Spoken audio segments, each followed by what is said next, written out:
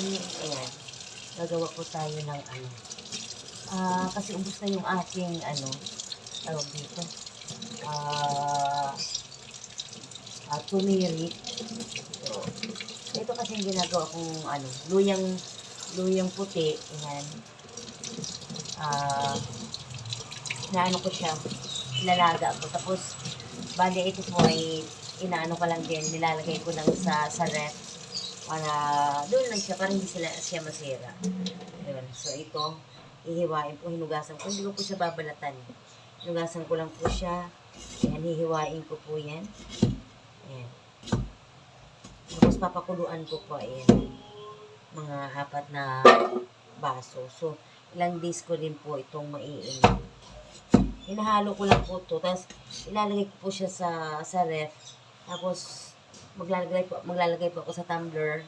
Tapos, lalagyan po siya ng mainit na tubig. Bali, halimbawa, maglagay ako nito sa tumbler. Kalahating malamig. Kasi malamig to. Kalahati din ng mainit. So, ito po yung ating mga... Uubusin ko na po itong ating luyang dilaw kasi maliliit lang naman siya. Ayan.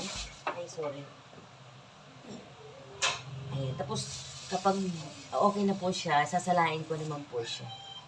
Ilalagay natin sa ref. Ubusin po natin itong ating luyang dilaw. Ayan. So, ngayon huhugasan po natin isa-isa.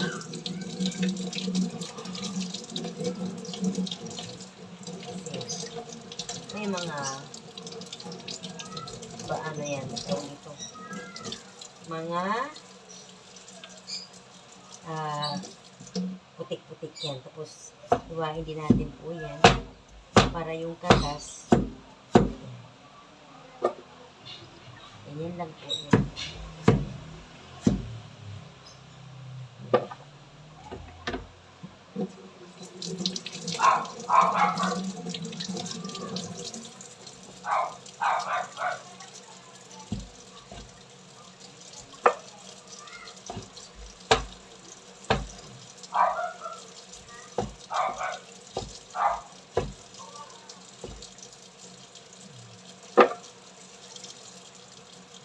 Yung tanggalin natin yan.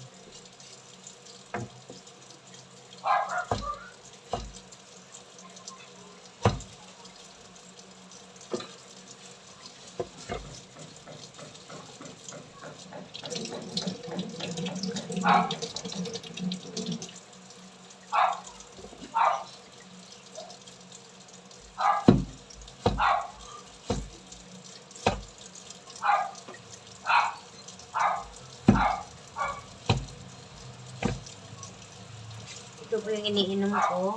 Ginagawa ko po siya ng turmeric. Salabat na siya. Ito po yung aking salabat na iniinom. Fresh from the farm. Ayan. Merong ganun. Fresh from the farm. Diba? Ayan. Hindi ko siya ginagadgad. Ano lang, yung ganyan lang. Tapos pakukuluan ko po yan para yung katas. Mag-simmer siya. Pumatas, lumabas yung kanyang katas. So, ayan. Tapos ilalagay natin sa ref. Kapag may lagayan dapat kayo ng ganito, yung hindi plastic na container, hindi plastic na pitcher, kasi didikit po yung turmeric natin na yellow. Kailangan po yung babasagin na pitcher. Ang paglalagyan po natin yan. Sayang naman ito maliliit. So, ayan. Ayan na po siya. Ayan po ating turmeric. Ayan. Napakasimple lang eh. Bumibili din po ako ng ganito. Ito kasi, hinahaluan ko po ng ganito para magkaroon din ng lasa at saka yung amoy ng turmeric. Ma-prevent po na hindi natin ma-prevent ito para ito ang magiging labas na magiging amoy. Ano siya? Turmeric at saka lemon. Ayan, pakukuluan po natin ito. Tapos, yun na.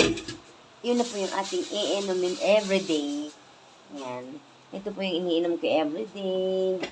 So, baon-baon ko po yan. Pag dalaga ko meron dalang ganyan.